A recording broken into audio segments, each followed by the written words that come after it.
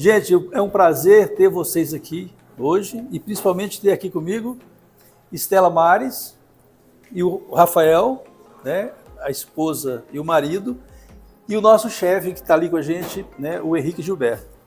Nós vamos hoje aqui ter a oportunidade de fazer um evento, né, que eu me apaixonei quando Sara nos contou como é que isso aconteceu, né? Vocês viram que aqui chama Biblioteca Humana, não é? E quando eu vi esse título, falei, o que é isso? Né? Onde é que Sara tirou esse negócio? A história dessa Biblioteca Humana é muito interessante, né? A gente vê que isso já acontece na Europa, principalmente na Dinamarca, onde nasceu isso, né? É onde a pessoa que é o livro, né? Você entra na biblioteca, normalmente eu vou manusear um livro, vou ler o prefácio, vou me incorporar do que tem dentro dele. E normalmente a história de vida das pessoas é um livro, né? E essa ideia que Sara trouxe para a gente apresentar às quartas-feiras, né? Durante o período aqui do Casa Cor, trazendo produtores de queijo e chefe, para a gente fazer uma relação entre a cozinha e o queijo, né? Que é o nosso métier, o queijo, né? Então eu achei extremamente interessante isso, né? E a gente teve o prazer de convidar vocês aceitarem. Eu gostaria que vocês sentassem aqui. Então, assim, a gente vai moderar, tá?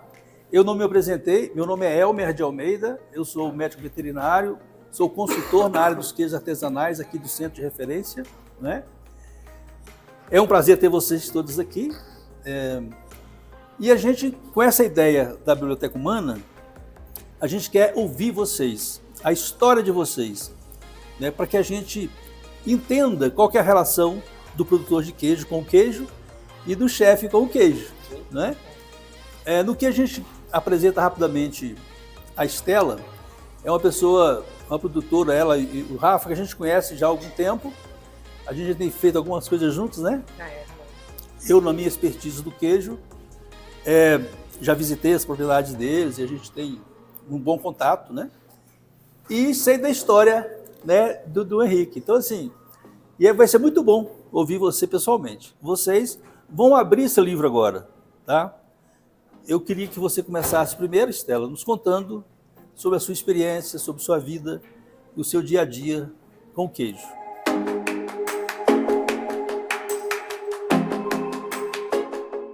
Eu nasci em Conceição do Mato Dentro, na região do Cerro, que é a região produtora do queijo da indicação geográfica, né? Que é a região do Cerro.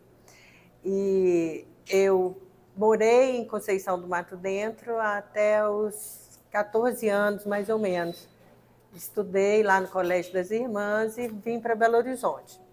E a minha mãe sempre morou, minha mãe é de Dom Joaquim, minha mãe é de Alvorada de Minas, meu pai que é de Dom Joaquim, e eles se casaram, sou a terceira geração na produção de queijo, Minas artesanal. Eu falo terceira geração, mas eu acho que é bem antes, sabe? Porque eu acho que a minha família sempre morou e sempre foi de fazenda. E meus pais são primos de primeiro grau. Então, assim, tanto de um lado quanto do outro, sempre mexeram com fazenda. E naquela época dos tropeiros, né, eles moravam, e meus avós moravam em Alvorada e Dom Joaquim. E eles já produziam queijo e levavam para Diamantina, que era a cidade que tinha um polo, onde que tinha um mercado, que eram vendidos esses queijos. E minha mãe casou e foi morar lá em Conceição e começou a fazer queijo também. E na época, por problemas de família dela mesma, ela separou e veio para Belo Horizonte, mas conseguiu retomar a fazenda e continuou fazendo queijo para sustento da gente, que ela tem 8 filhos, né? Então, ela precisava ter alguma renda para poder criar os filhos. E aí voltou a fazer o queijo e sempre vendeu o queijo fresco, trazendo para Belo Horizonte. Então, ela vinha, trazia e a gente ficava aqui estudando. E com 18 anos, aí eu já fui fazendo concurso e fui trabalhar e ela continuou lá fazendo os queijos dela.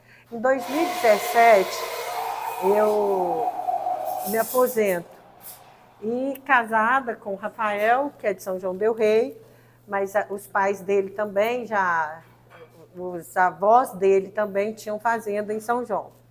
Aí, quando eu me aposentei, eu falei com ele, falei, o que a gente poderia fazer? Porque eu sabia que eu não ia dar conta de ficar à toa, né, na vida.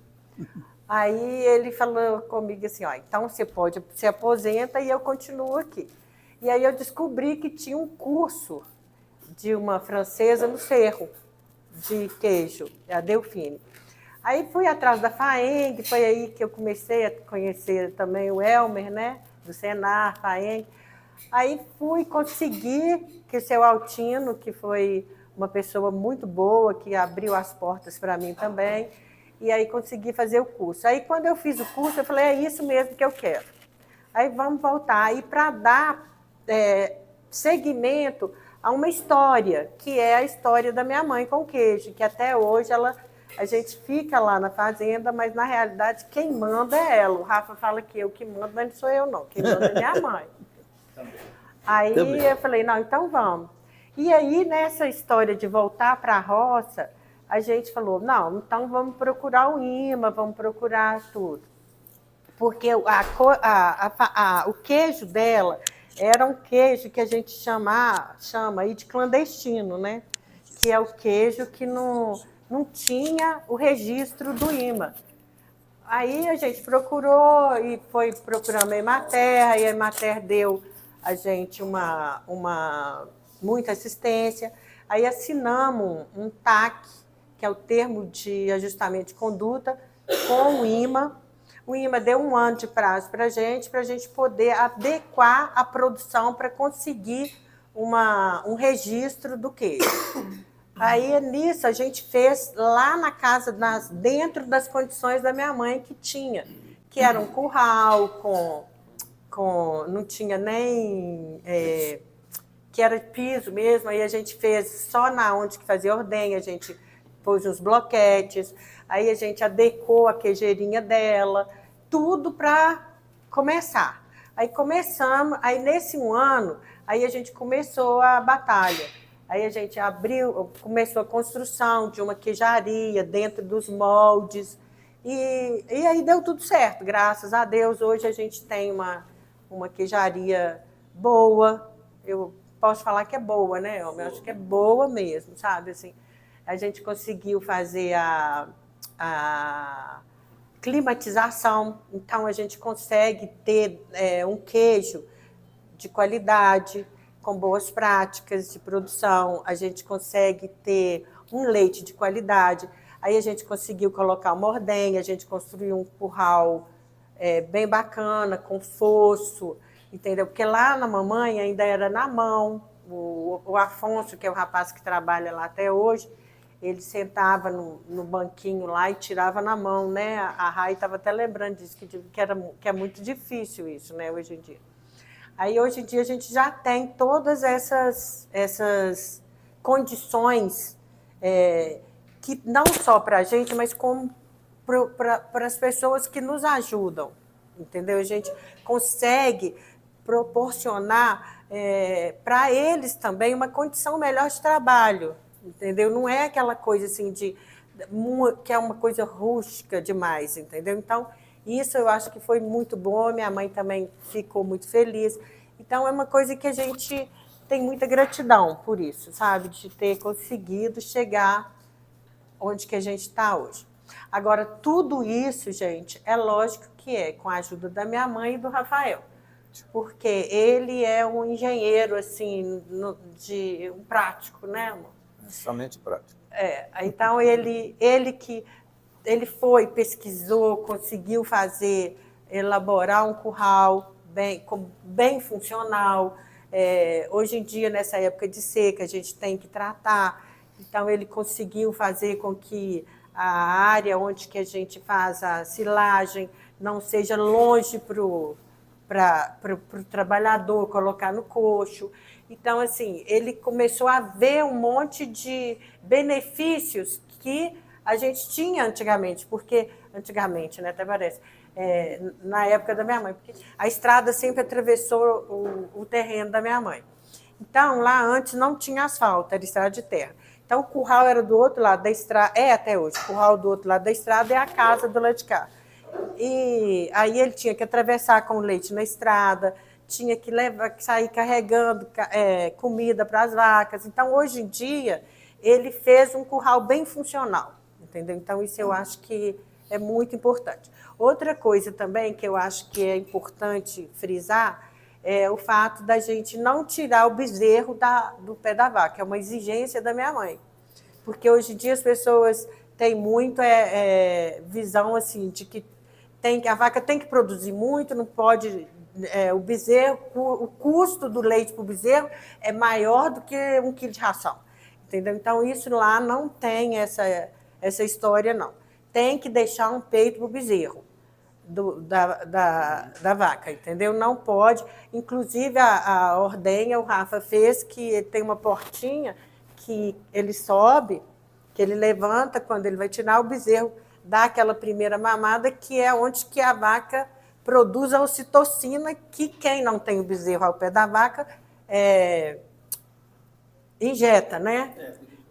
Entendeu? Então, o bem-estar da vaca lá é muito importante, entendeu? Então, assim, o bezerro vem, dá uma mamadinha, aí quando ela solta o leite, aí ele termina de tirar, aí na hora que ele termina de tirar, ele abre de novo, aí solta o bezerro com a vaca, entendeu? Então, acho que isso é um tema, assim, que é importante, né? Acho que isso é justo. Eu faço a parte de infraestrutura e ela cuida da parte de produção, de profissional, da parte do queijo, todo, operacional toda com ela, né? Certo? Inclusive, remédios e coisa, o bem-estar das vacas, é ela que cuida. Né? Eu simplesmente cuido da parte operacional e vejo o que está precisando ser feito, para que todo mundo e os animais tenham boas condições e práticas para serem dar prosseguimento a essa tirada de leite bem natural. E a degustação? Hein? Degustação também você prova? Não, a degustação eu devoro, é diferente. Não é bem uma degustação. Mas não é só isso, não. Ele faz muita coisa. Ele cuida, por exemplo, a ordenha dá um problema. Aí, às vezes, o Henrique, que cuida da ordenha, ele mora aqui em Belo Horizonte. Aí o Henrique já liga e fala assim, não, manda o Rafa fazer isso, isso e isso. Porque ele sabe fazer tudo. Entendeu? Então, ele é uma pessoa... Eu nunca vi ninguém ler manual. O Rafa, quando ele quer fazer alguma coisa, ele lê o manual. É uma pessoa que está lá também, ele dá apoio. Por exemplo, a bomba de água dá problema, é ele que cuida. É tudo, né, amor? É a infraestrutura mesmo. Então, é a infraestrutura. Mas eu acho que é isso, né? Eu acho que é uma parceria mesmo. A vida é essa, né? Acho que a gente aposentou e ele voltou, e eu dou graças a Deus de saber que ele está lá, porque a vida na fazenda, eu estava falando com o Elmer ali, é um desafio, gente, é desafio todo dia você tem um desafio. Teve um professor que me perguntou, falou comigo assim, quais são os desafios? Você tem desafio na fazenda? Tem, todo dia você tem um desafio. Mão de obra, que hoje em dia está muito difícil, você não consegue. Então, a gente tem que dar graças a Deus de ter o Afonso lá, que ajuda a gente. Ele é da época da minha mãe, que ele ajuda, continua lá tirando leite, fazendo queijo. A gente tem desafio, porque você tem um melhoramento genético da vaca. Aí, quando você chega, a vaca que estava dando, que você conseguia, dava 7, 8 litros, hoje em dia a gente está conseguindo que dá 15 a 20 litros. Aí, quando é à tarde, você tem que tirar o leite de novo, porque o bezerro não consegue mamar tudo. Aí você tem que ter alguma forma, porque senão dá mamite. Isso é um desafio? Porque onde que eu vou arrumar mais mão de obra para fazer isso de tarde, né? Então, isso é um desafio. Eu falo que manter uma queijaria dentro do padrão que é exigido pelo IMA também é um desafio, porque você tem que estar lá vigiando todo dia, se a pessoa está fazendo, porque o queijo Minas artesanal, ele é vivo, a gente brinca, né, que é um queijo vivo, porque e a gente não padroniza o sabor e nem, às vezes, textura, nem nada. Se qualquer coisinha que deu errado, uma das vacas lá deu uma mamite, misturou no leite, o leite pode inchar, o queijo pode inchar. Então, assim, é uma coisa assim, bem... não é porque, às vezes, você tem o queijo padrão, né? O queijo padrão, ele é de leite pasteurizado. Todos têm o mesmo sabor, né? Igual. O Minas artesanal, não. O Minas artesanal, se você fizer alguma coisinha errada, o queijo pode atrapalhar. A comercialização, como que é feita? A gente, quando eu comecei, eu tive muita dificuldade. Porque o queijo, a gente trabalhava muito com casca florida, né? Que é o casca florida natural, que agora foi regulamentado, né? Então, a gente hoje em dia tem a regulamentação, graças a Deus e tudo, a gente está bem. Mas era porque depois que a gente foi, quando eu fui fazer o curso da Delfine, lá no Cerro, eu conheci a Sertão Brás, que é uma associação que eu faço parte dela, que foi fundada pelo Gabriel Andrade. Hoje em dia, quem é a diretora é a Débora Pereira. E a FAENG. Então, o que aconteceu? Eu comecei a ver, junto com eles lá, que tinha um mercado diferenciado, que era o mercado do queijo casca florida, que era um mercado que na Europa era muito trabalhado, mas aqui no Brasil ainda tinha, né? Estava começando a surgir esse tipo de queijo. Aí teve uma viagem para a França, aí o Rafael estava trabalhando ainda, aí ele falou, não, eu vou bancar essa viagem para a gente começar a conhecer esse outro para abrir mais o mercado, né? Aí nós fomos, foi ótimo, foi quando a gente criou a rede de network, né? Que aí a gente começou, porque a gente nasceu na roça, mas não sabia nada de queijo, de tudo. Aí, nessa viagem, eu conheci o pessoal, o Joãozinho, conheci o pessoal da Canaça, conheci... Joãozinho de Passa Quatro? Não, o Joãozinho da Canaça. Ah, da Canaça. Conheci o Túlio, que eu não conhecia ainda, conheci o pessoal do Cerro, que na realidade eu fico em Conceição, né? Aí foi aquela coisa. E aí teve um monte de prêmios lá nesse ano. Muito prêmio mesmo. Aí a gente falou, não, então é isso mesmo, vamos fazer esse tipo de queijo mesmo. Só que não é um queijo fácil de fazer, igual às vezes as pessoas pensam. Porque o queijo casca florida, você tem que vigiar 24 horas. Porque se nascer um fungo lá escuro, você tem que ir lá e tirar. Não pode deixar. Entendeu? Então, por quê? Qual que é o nosso? É o Geótrico cândido. Ele tem um outro nome agora, que eu não guardo. Aí, porque esse que é o fungo que dá o branquinho e que dá esse sabor diferenciado. E ele é da família do camembert, né? Então, a gente descobriu tudo isso nessa viagem da França. A gente conheceu a região do Comté, a gente conheceu várias regiões na França. Então, isso para a gente foi muito importante. E depois dessa viagem, e conhecendo esse monte de gente, aí eu falei, não, vamos fazer esse queijo e vamos vender. Aí eu comecei eu vinha para Belo Horizonte sempre, aí a gente tem um apartamento aqui, aí eu ia nos empórios, perguntava, mostrava o queijo, levei no Mercado Central. Tem a história do Guilherme, né? Já te contei, não já? Guilherme Roça? Guilherme, eu cheguei um dia lá no Guilherme, mostrei o queijo para ele, ele virou para mim e falou assim, melhora seu queijo, depois você volta aqui. Aí eu saí de lá arrasada, né? Mas para mim aquilo foi ótimo. Entendeu? Aí depois eu estava no Festival do Queijo, Minas Artesanal, o Sebrae faz rodada de negócios, aí estou lá na rodada de negócios e vem o Guilherme.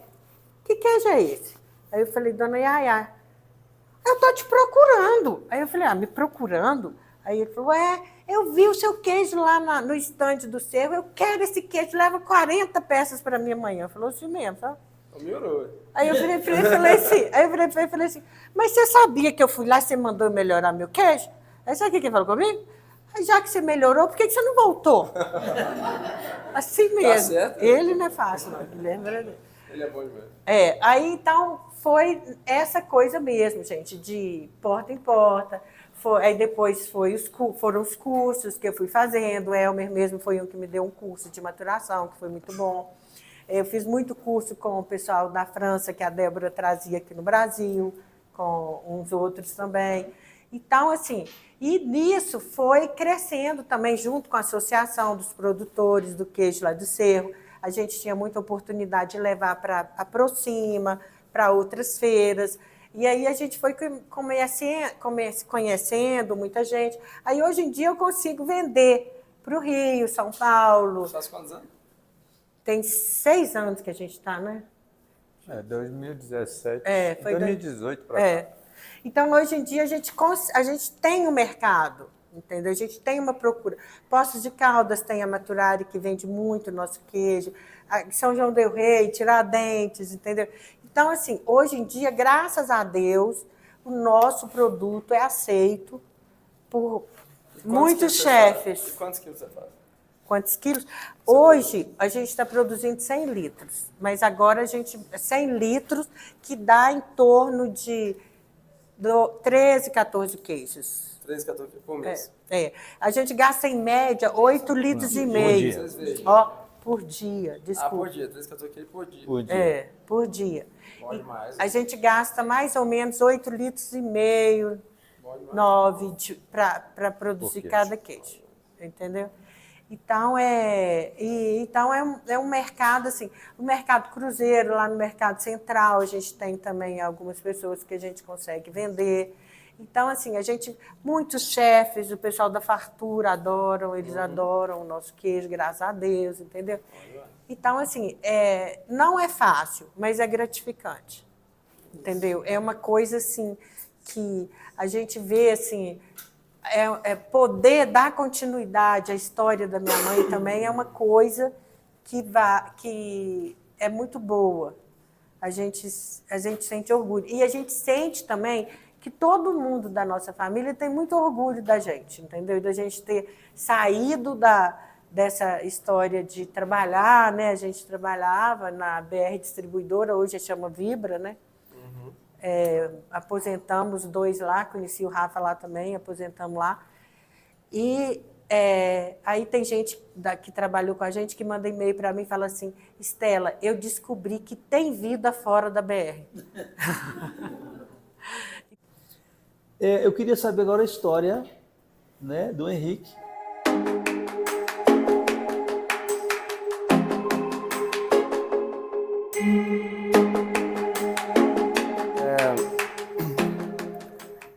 Meu avô era um grande cozinheiro. Eu conheci ele muito pouco.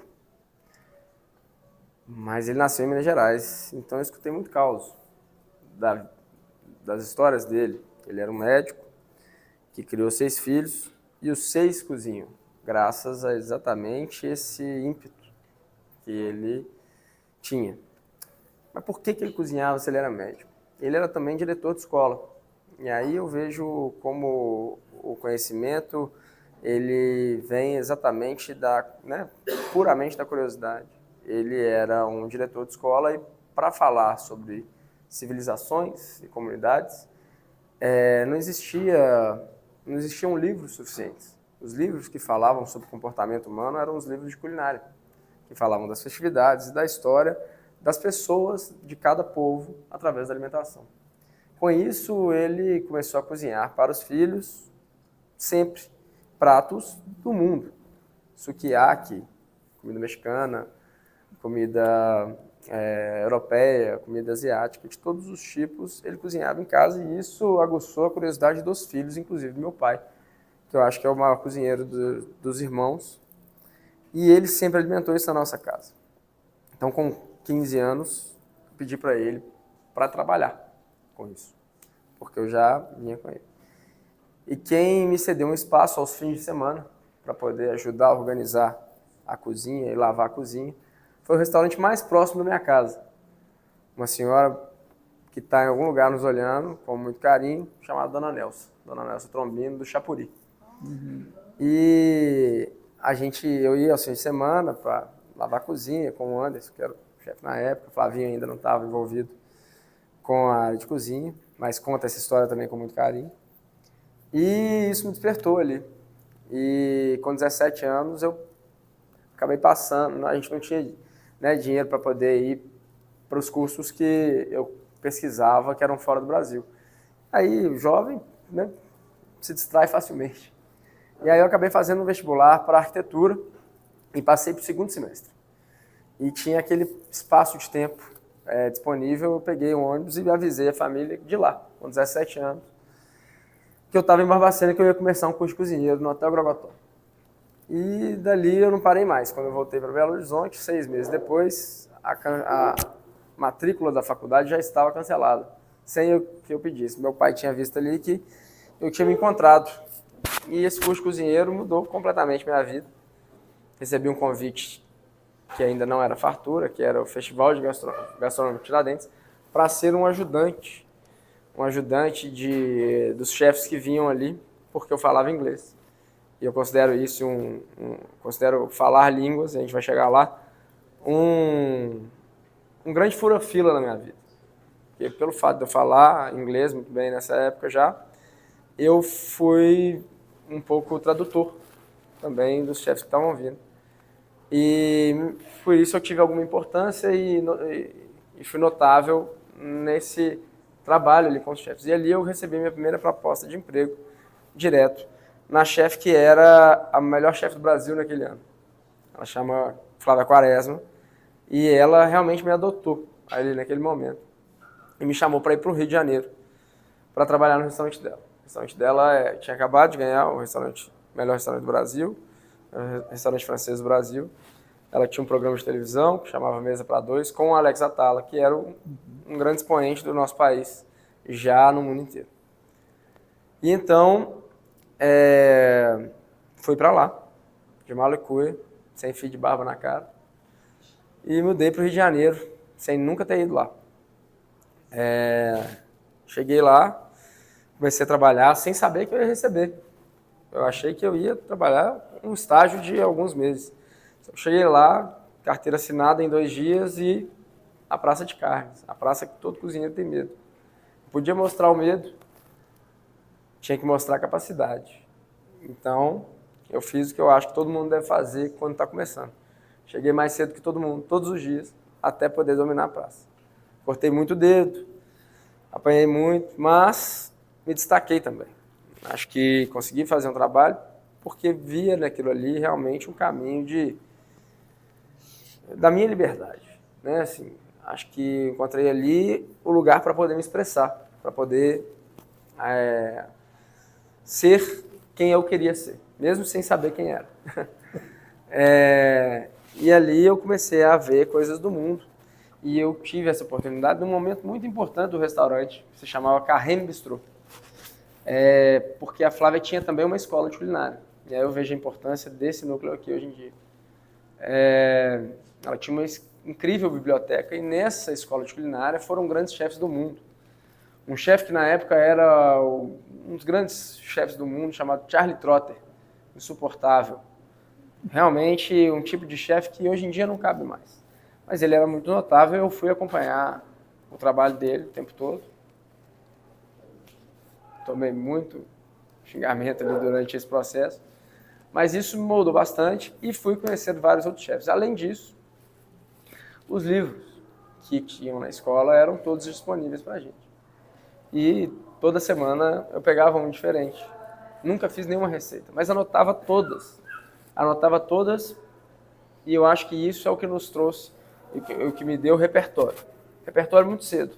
Esse repertório é algo que é um poder do cozinheiro meio invisível, assim, porque você nunca sabe quando você vai precisar de uma receita que você guarda lá no fundo da sua memória.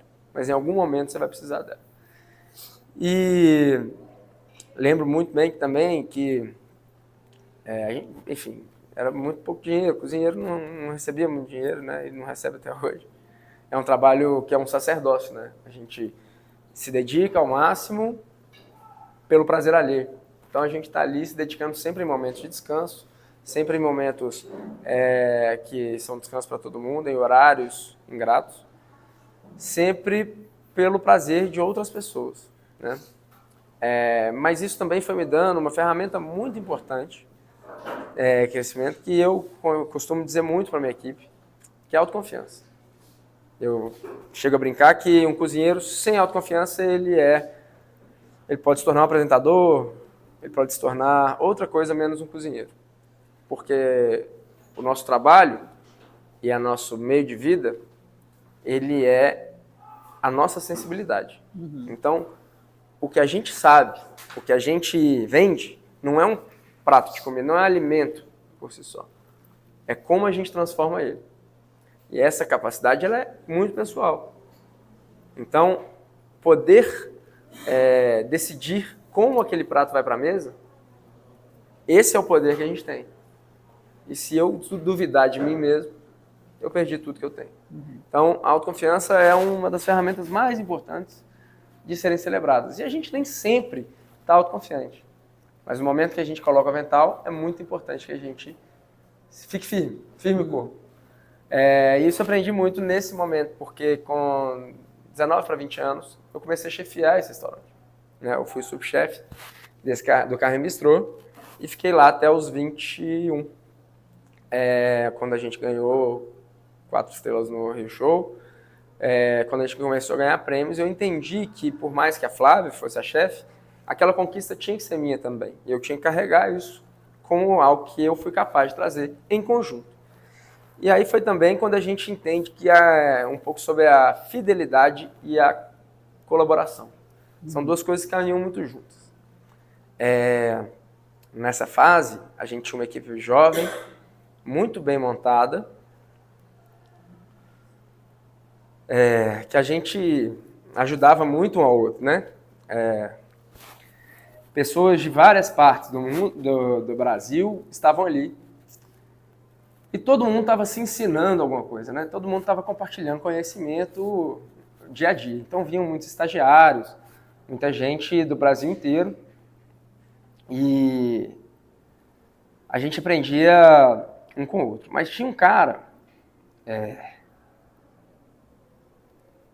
Esse capítulo é meio importante, então dá uma emoçãozinha assim de falar. Mas que o Marco Antônio Pequeno era um cara que não sabia ler nem escrever. E a gente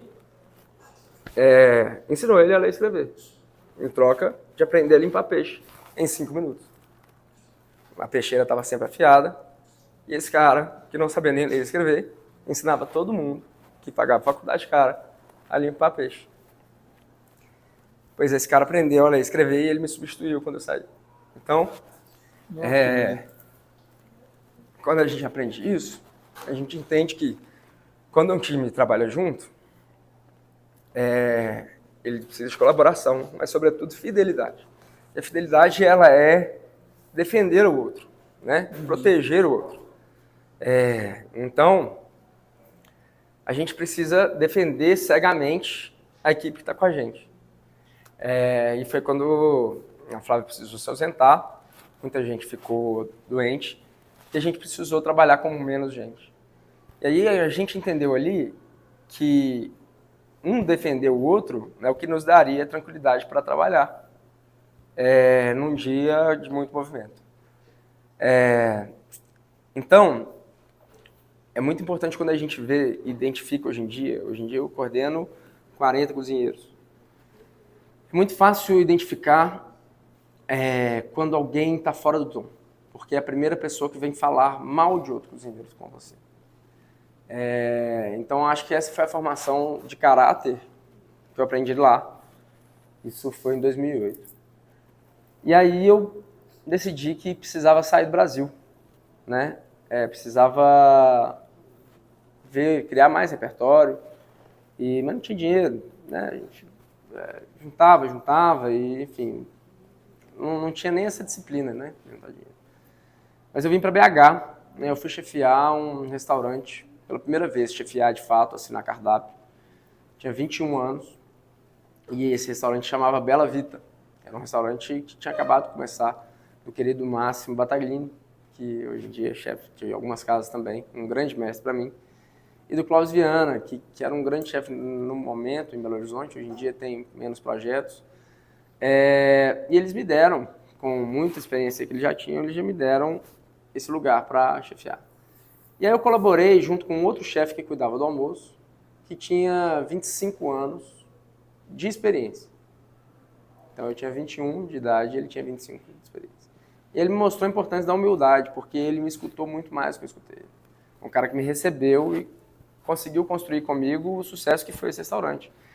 Em 6 meses eu ganhei um prêmio de chefe revelação do ano, em BH, e levei ele junto para ganhar esse prêmio comigo. Eu não ganhei ele sozinho. E com isso eu fui chamado para o primeiro reality show de cozinha que teve no Brasil. Não queria ir. Fui forçado pela família para poder participar. Não achava que aquilo ali me entregava o caminho que eu queria. Eu queria aprender muito mais. Eu queria lavar prato na Europa. Eu queria viver outras coisas. Não queria essa exposição, de fato. Na época a gente ainda não tinha Instagram. A gente tinha raramente o Orkut, talvez, ou alguma coisa assim. Mas fui. E aí ganhei. 72 dias na Globo, vivendo aquilo ali. E graças a Deus que eu ganhei, porque senão eu ia estar muito frustrado, porque aquilo ali realmente foi vazio. Eu preciso dizer que aquilo, em termos de conteúdo, foi vazio, porque não representava o que eu conhecia. Mas tudo que eu conhecia de cozinha me preparou para eu chegar naquele momento. Então essa é a análise que eu faço sobre cada momento que a gente vive. Ele é importante para nos levar onde quer que seja. E a segurança vem disso. A gente tem sempre que se apegar a tudo que a gente viveu. Então ganhei e consegui um dinheiro. Pagava um dinheiro esse programa. Preparei tudo para ir para a Europa. Tive um hiato importante na minha vida, que eu perdi meu irmão mais velho e isso me afastou da cozinha. Fiquei cerca de 7 meses, mais ou menos, fora da área. Não queria fazer nada, estava com a família, juntando os cacos. E aí eu fui chamado pela Flávia, minha chefe lá do Rio, para ir almoçar em São Paulo e participar de um dos programas lá da Ana Maria Braga, que era o programa que sediava o reality show que eu participei. Fui para São Paulo e fui almoçar no Dalvedito, do Alex Atala. E o Alex sai da cozinha para me convidar para trabalhar lá, para eu voltar à vida, voltar a trabalhar. Vamos lá, cara, sacode a poeira, a vida que segue. Eu fui, passei 1 ano lá com ele. E ele me deu a oportunidade que eu queria. Eu queria chegar na Europa para trabalhar com algum outro lugar, outra vida.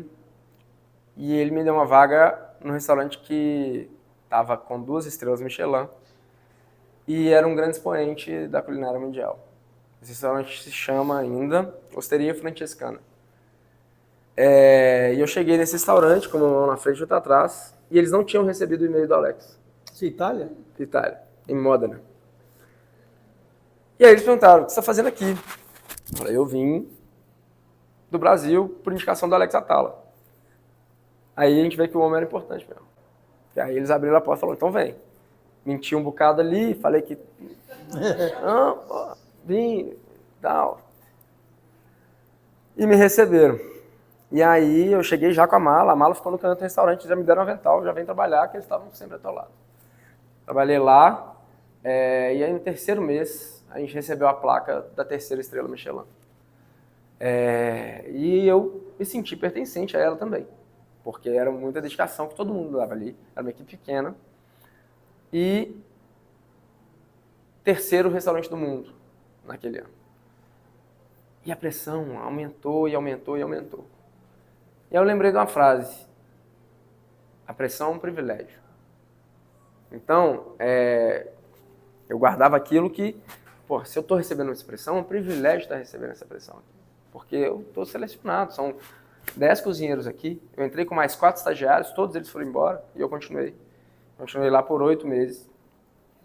E foi muito importante para minha carreira, muito importante para mim. Foi um restaurante que me ensinou demais. E eu saí de lá com esse status. né? Passei por esse restaurante tão importante, fui contratado, recebi dinheiro por isso. E voltei para o Brasil sem a intenção de ficar. Me apaixonei pela minha esposa e fiquei por aqui. E pensando ainda em ir para a Espanha, acabei entrando num projeto para um restaurante. Esse restaurante, isso era por volta de 2011, a obra começou, super difícil e tal, deu um atraso na obra. E eu fui recebido pelo Alberto Landgraf em São Paulo para poder trabalhar no Epice, o então restaurante dele. O Alberto é um cara muito técnico, muito exigente. E na época, ainda é um amigo, mas me abriu o braço e falou: não fica parado aí, olhando obra, vem para cá, se movimente. E ele tinha razão, era muito importante me movimentar. E aí fiquei lá até 2012, quando surgiu o convite dele e do Alex para ir para San Sebastián. San Sebastián eu considero a capital gastronômica do mundo, é um dos lugares que mais tem estrela Michelin por metro quadrado. Qualquer birosca é muito boa. Lá é o primeiro porto de bacalhau da história do bacalhau. É um porto muito importante para a Europa do passado. Hoje em dia é um porto de luxo, onde chegam os melhores frutos do mar. E aí eu fui para acompanhar ele e o Alex no Gastronômica, um festival de gastronomia muito importante que tem lá. E ficamos lá trabalhando, visitei todos os restaurantes, fui com eles nos restaurantes. E nesse momento da minha vida, comer bem ensinava mais até do que cozinhar, porque é a oportunidade que a gente tem de comer em lugares fantásticos. E eu acho que isso ensina muito, porque muitas vezes a gente está cozinhando e às vezes prova um molho de pé na pia com pressa e não é o mesmo sentimento. Sentar na mesa, botar o guardanapo com a roupa boa, tomar um vinho legal numa taça legal, é uma outra experiência. Às vezes eu cozinhando, monto o prato, sento à mesa e vou comer, para que isso mude. E isso eu indico para todo mundo que trabalha comigo, que é guardar um dinheiro que a gente faz com o nosso trabalho e poder também gastar ele com comida. E aí comi num lugar que chama Assador Etzebari, que é um restaurante que usa apenas brasa. Nesse momento, fiquei apaixonado, entusiasmado com aquilo e pedi ao chefe que eu voltasse lá, pelo menos por 2 semanas que eu tinha disponível. 1 mês depois eu teria. E aí eu voltei para lá, passei 2 semanas nesse restaurante, que é muito importante hoje em dia. É muito celebrado. Eu abri o restaurante, finalmente, chamava Belo Comidaria. E ele foi um fracasso desde o primeiro dia. Por que ele foi um fracasso? Porque não existia o mínimo, o básico. O respeito entre sócios. O respeito entre as pessoas que estavam colaborando com esse projeto. Ele durou 1 ano e meio, mas eu sofri esse ano e meio. Não consegui equilíbrio nem tranquilidade para poder cuidar da equipe como eu devia, porque exatamente faltava autoconfiança. Ela se foi quando eu perdi o respeito com esses sócios. Por quê? Eram pessoas ruins? Talvez, mas a grande questão é que não existia sintonia de pensamento. Então, foi muito precoce ter aberto esse restaurante com 25 anos de idade. E isso foi um dos maiores aprendizados da minha vida. O que eu vou fazer depois? Bom, graças à equipe lá da Osteria Francescana, que soube que eu tinha fechado, me chamaram para fazer um evento. Um evento que celebrava jovens talentos com o potencial de abrirem grandes restaurantes. E era um evento produzido pelos cozinheiros e não pelo Máximo Bottura. O Máximo dava esse espaço, juntamente com a prefeitura, o governo da Emília-Romana, para fazer um evento onde eles celebravam os jovens talentos do futuro. Me chamaram, eu fui fazer esse evento em colaboração com Paris, que fazia um evento que chamava Fogo Hans. Então eles juntavam o dinheiro disponível para poder chamar chefes e fazer jantar nos 2 lugares. Então fiz 2 jantares em Faenza, na Itália, e fui para Paris depois. E aí em Paris eu fui cozinhar e fui comer. Fui comer num lugar chamado Le Chateaubriand, restaurante na época muito importante também, um restaurante que foi o primeiro restaurante a fazer bistronomia parisiense.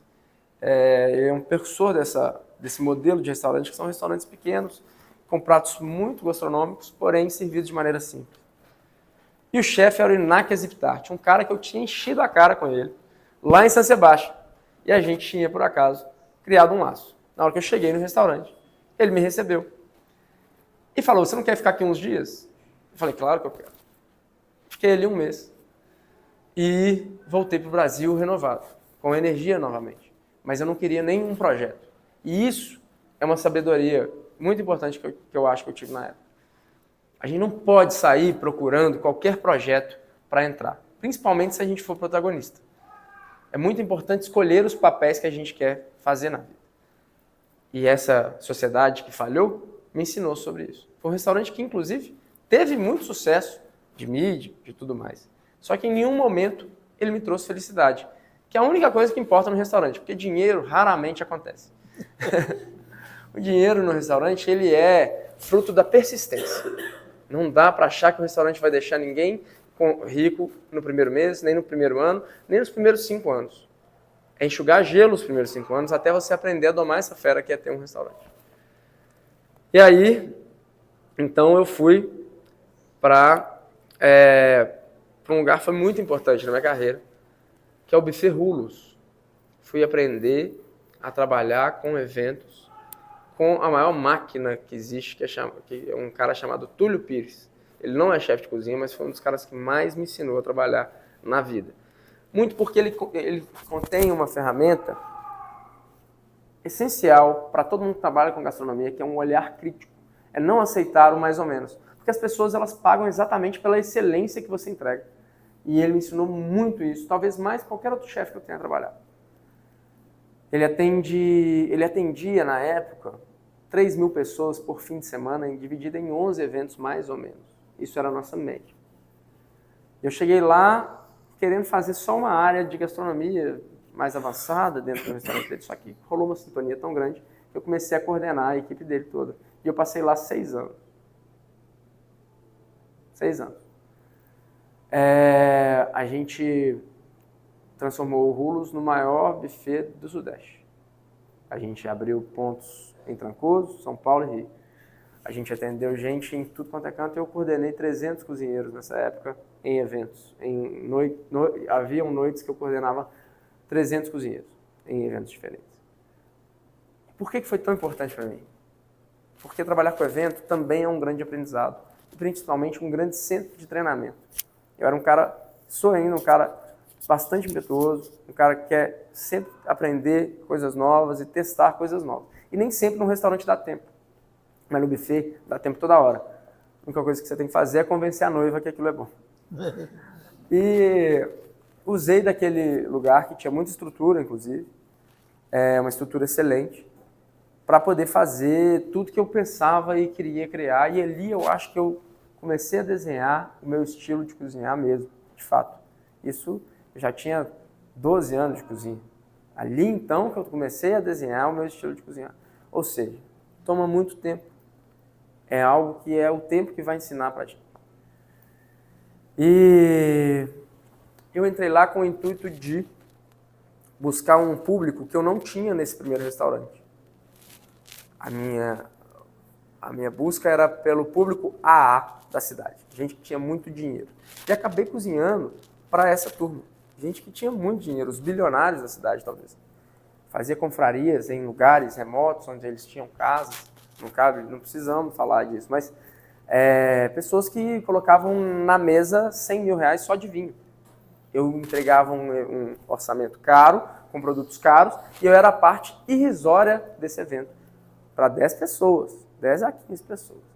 Eu entendi que aquilo ali era um nicho de gastronomia interessante, porém insustentável. Essas pessoas elas não frequentam restaurantes e por isso que elas estavam ali. Então esse público não era o meu público-alvo. Eu comecei a entender que aquilo que eu buscava talvez não fosse inteligente. Mas aquilo me fez aprender muito sobre a minha própria cozinha. Me tornou ousado, me tornou preparado para poder fazer várias coisas. E aí eu visitei um lugar que os amigos meus estavam abrindo, que era uma casinha de 1922 no bairro da Pompeia. O bairro da Pompeia está lá perto do Hospital da Baleia, um bairro que foi, em 1957, esquecido pela cidade, muito por causa dessa avenida que passa aqui. A antiga saída da cidade era no Pompeia, pela Rua Juramento. E esse bar está na Rua Juramento 202. Esse é o nome do bar. Fui lá visitar e me encantei, porque era simples, porque era democrático e porque atingiam várias camadas da sociedade. Haviam pessoas de todas as faixas de dinheiro ali. E aí eu entendi que é ali que eu me encaixava. Eu não preciso cozinhar só para quem tem muito dinheiro. A minha gastronomia não tem que ser acessível só para essa turma. Eu não preciso cobrar caro para todo mundo.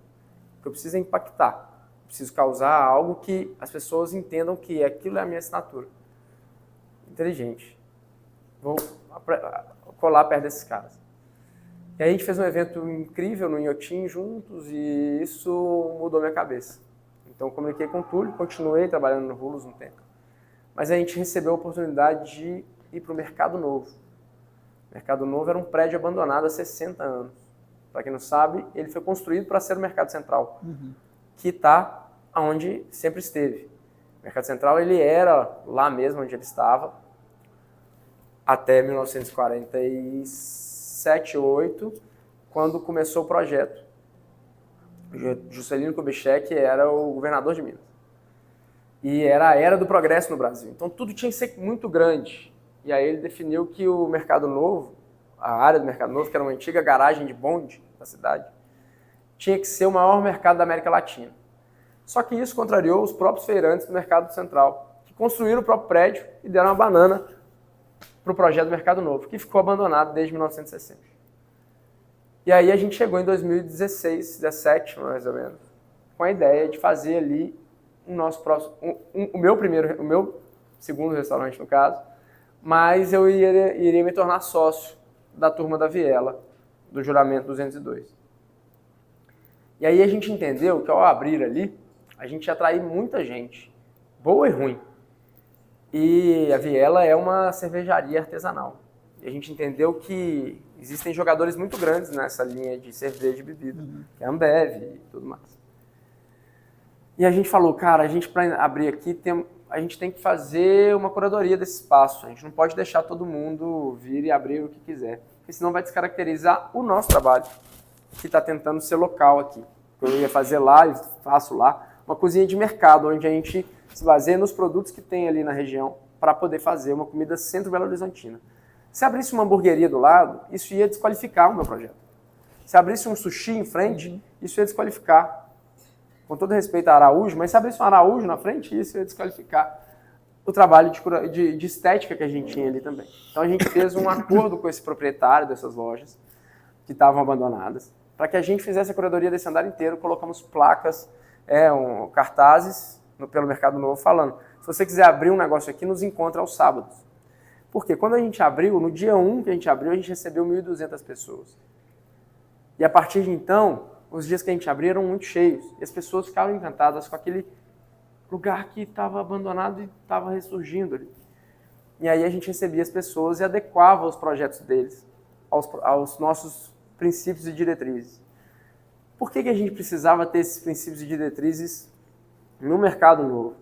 Porque ali não era 100% abandonado. Havia no térreo um centro de distribuição de vegetais, que até hoje funciona, que abastece os sacolões ali da Centro-Sul e inclusive o Mercado Central, que hoje em dia tem infelizmente tem pouquíssimas lojas de hortifruti.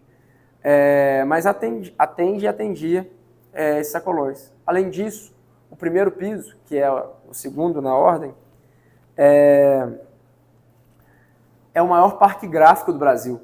Não por investimento de ninguém, porque aconteceu desses ofícios gráficos ficarem esquecidos junto com o mercado.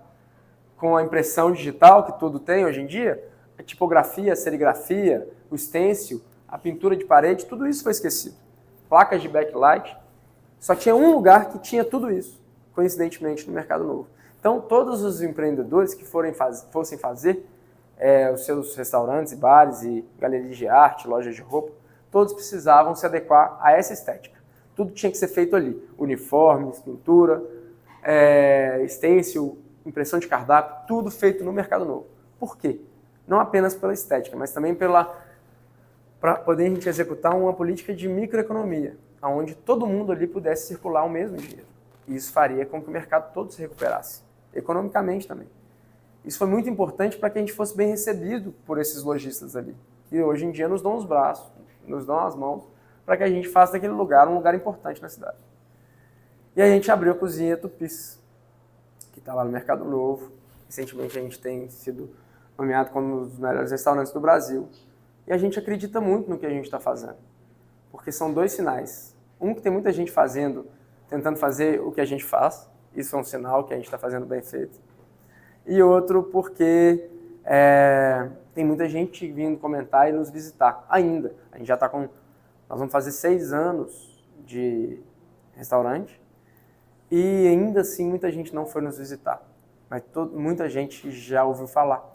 E eu cheguei de São Paulo ontem, onde muita gente que eu admiro veio me falar que está admirando o nosso trabalho. Então, acho que isso é um sinal de que a gente está fazendo as coisas certas. Acreditando na nossa essência e tendo a autoconfiança de estar sempre querendo trazer o novo. Eu acho que essa é a mensagem mais importante que eu tenho para trazer, que é, quando a gente achar que a gente não é capaz, lembra que tudo que a gente fez até hoje nos trouxe daqui. E é isso que nos dá o alicerce para poder crescer mais. Você andou Itália, Espanha, França. Qual cozinha que você achou que é mais, comparando com a nossa mineira aqui, que é mais E são 3 lugares muito importantes, né? Assim, gastronomicamente falando, eu acho que eu qualifico assim.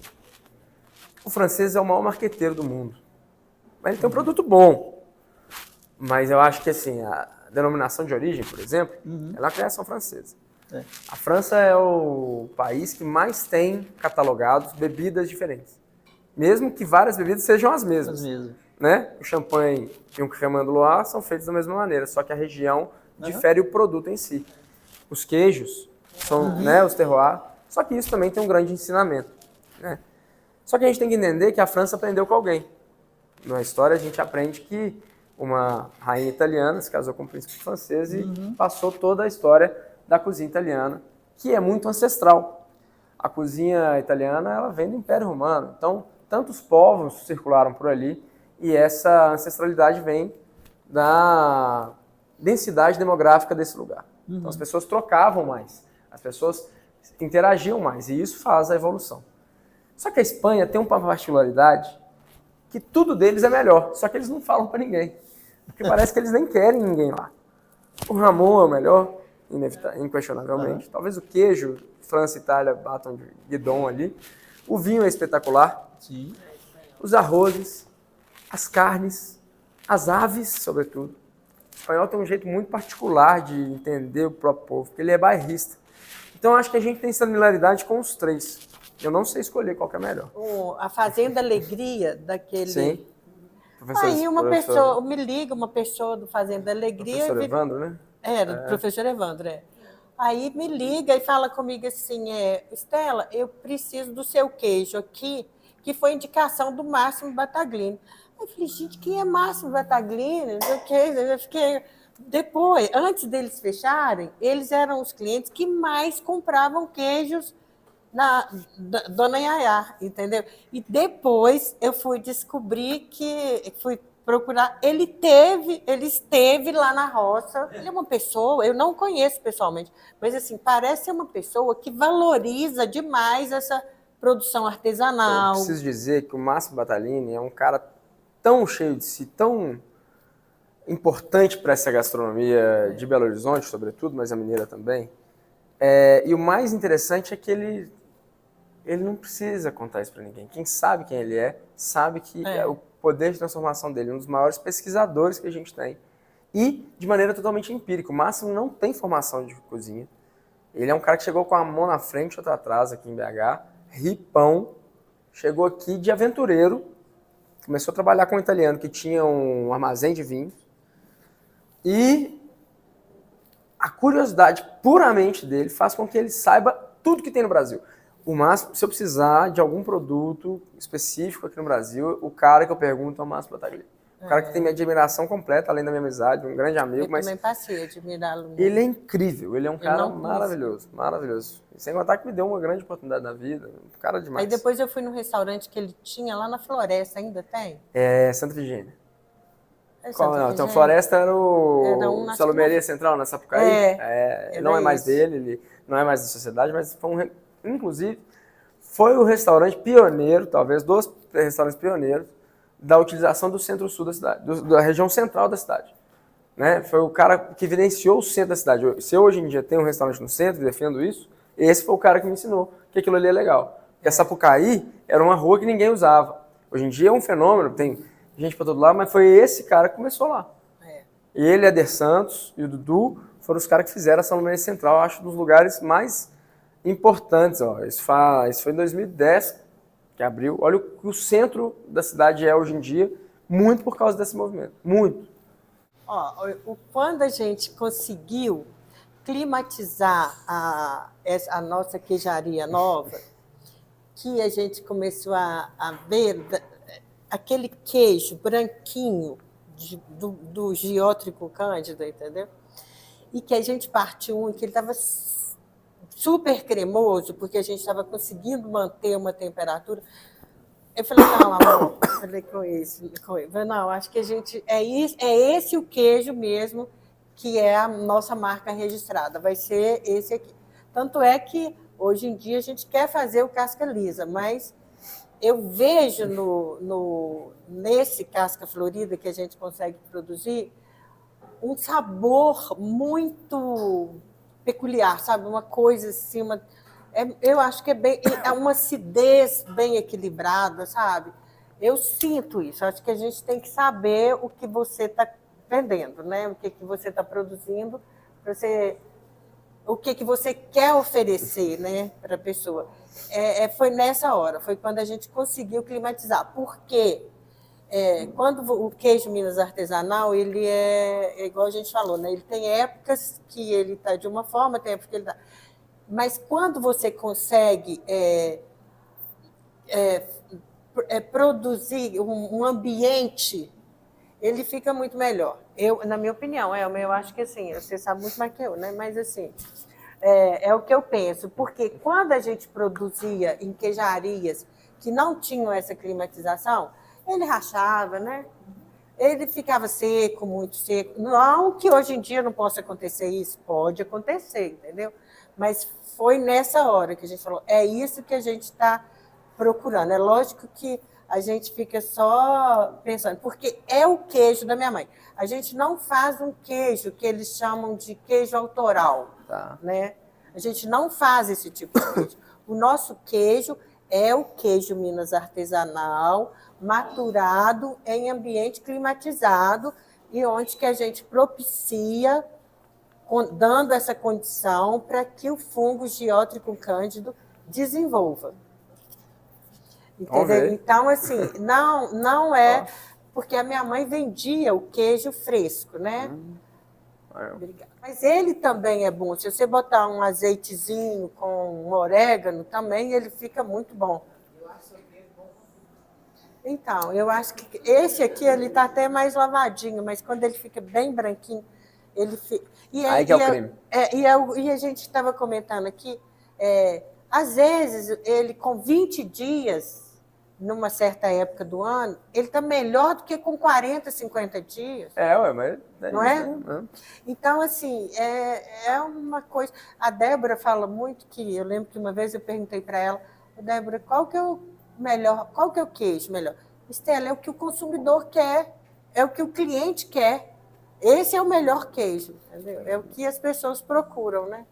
Então, não existe isso. Agora, para mim, foi nessa época mesmo. Eu acho que quando eu vi mesmo assim que eu estava para jogo, né, depois que eu fechei o primeiro restaurante, a cabeça estava para baixo e tal, e ter sido convidado e ter executado na Itália e na França a minha cozinha pela primeira vez, eu acho que eu falei, não, tá bom, bora, acho que é o caminho.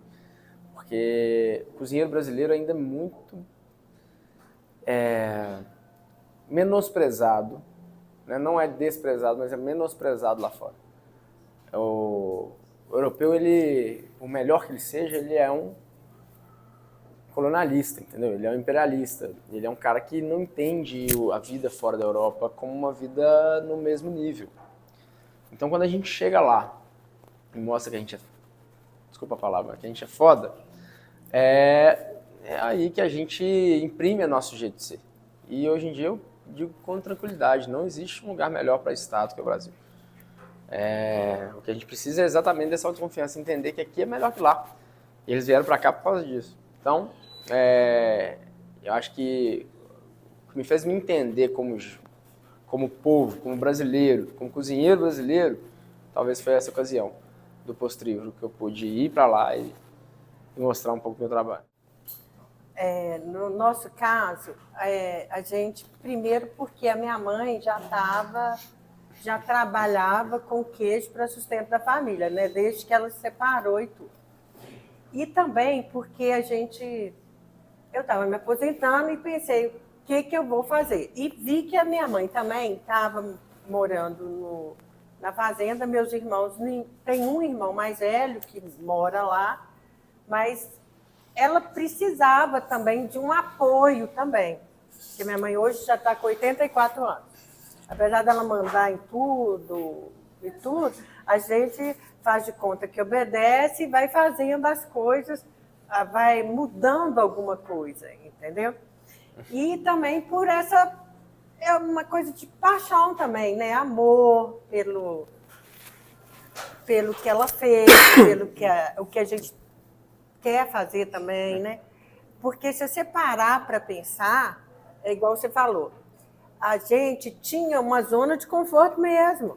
A gente tinha férias, entendeu? A gente tinha 14º salário na Petrobras, que tinha na época, né? Antes de virar Vibra, entendeu? Então, a gente tinha a gente era assessor comercial na época, os dois, né? Ele numa área, eu na outra. A gente tinha liberdade, entendeu? E lá é assim, é diferente, entendeu? Aí se você fala assim, igual o Rafa às vezes fala, você quer voltar? Aí eu, não.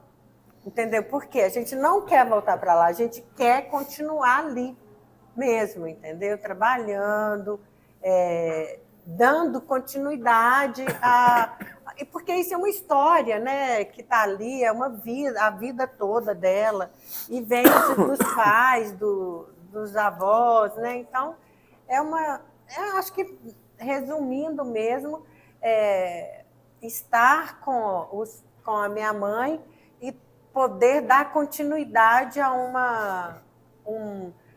uma história mesmo, né? Um produto que hoje em dia você chega na região, tem muita gente que fala assim, não, isso aí não é vida não, você não dá conta, você não tem empregado, você não consegue, você tem que ficar, você não tem férias, vaca não tem folga, ela dá leite todo dia, entendeu? Essa pergunta, por que não desistir?